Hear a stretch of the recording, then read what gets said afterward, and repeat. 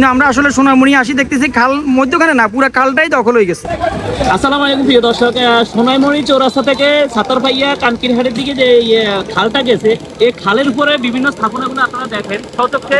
এই স্থাপনাগুলা এতদিন করে রাখছে টোটালি পানির মানে খালের উপরে। এই যে আপনারা দর্শক দেখেন, আপনাদেরকে যদি দেখাই, এই যে দেখেন এই নিচে খাল, এই উপরে ভবন।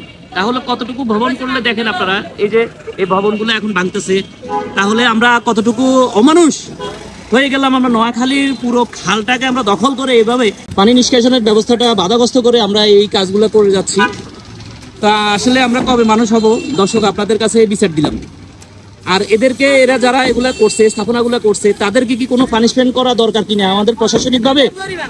হ্যাঁ, মানে তাদেরকে 2 লক্ষ টাকা জরিমানা করতে হবে। 2 লক্ষ টাকা হবে না, বেশি করতে হবে, 5 লাখ আরো বেশি। এই যে এখানে যে এই স্থাপনাগুলো ভাঙতেছে বা এই স্থাপনাগুলো যে উঠাইছে, এটা কি আমাদের প্রশাসন কোনো এক সময় দেখে নাই?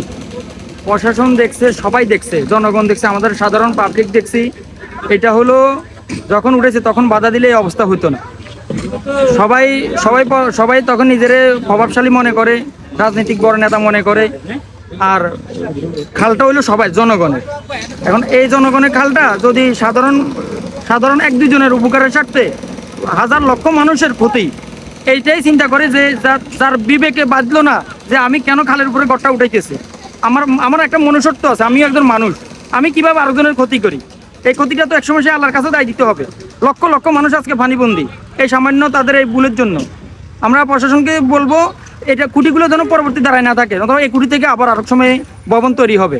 আমাদের একজন বিশিষ্ট ভাই, মির্জা ভাই, একসময় বলছিল যদি 1 বছর সুযোগ পায় উনি খালের মধ্যখানে ঘর নিয়ে যাব। কিন্তু আমরা আসলে সোনাইমুড়ি আসি দেখতেছি খাল মধ্যখানে না, পুরো খালটাই দখল হয়ে গেছে। মুরব্বি, এই যে এখানে যে এই স্থাপনাগুলো উঠেছে, এগুলা কেন উঠেছে আর এখন এগুলা যে ভাঙতেছে, আপনার থেকে কেমন লাগতেছে? আমার তো অনেক ভালো লাগতেছে, কিন্তু এটা যেন ভবিষ্যতে যেন না হয়, ভবিষ্যতে যেন না উঠে, এটাই আমাদের ভালো লাগতেছে এখন। এই যে যারা এগুলা যখন উঠেছে তখন কি তাদেরকে বাধা দেওয়া হয় নাই? বাধা দিলে ওই সময় তো মনে করেন রাজনীতির লাইনে চলে যেত, কারো বাধা দিলে শুনতো নি, সবাই রাঘব বল। হ্যাঁ, এখন আপনাদের প্রত্যাশা কি? আমাদের এখন যেভাবে আছে এভাবে যেন আল্লাহ যতদিন থাকবে ততদিন মানে খালটা যেন পরিষ্কার থাকে, কোনো স্থাপনা যেন না থাকে। তোমার আশা কি? আমার আশা হলো খালটা যেন সবসময় পরিষ্কার থাকে, একদম মানে স্মুথলি। যখন মানে বৃষ্টি হয়, বর্জ্য আবর্জনা যেন না থাকে, যেমন বৃষ্টি হলে বন্যা হওয়ার সম্ভাবনা থাকে।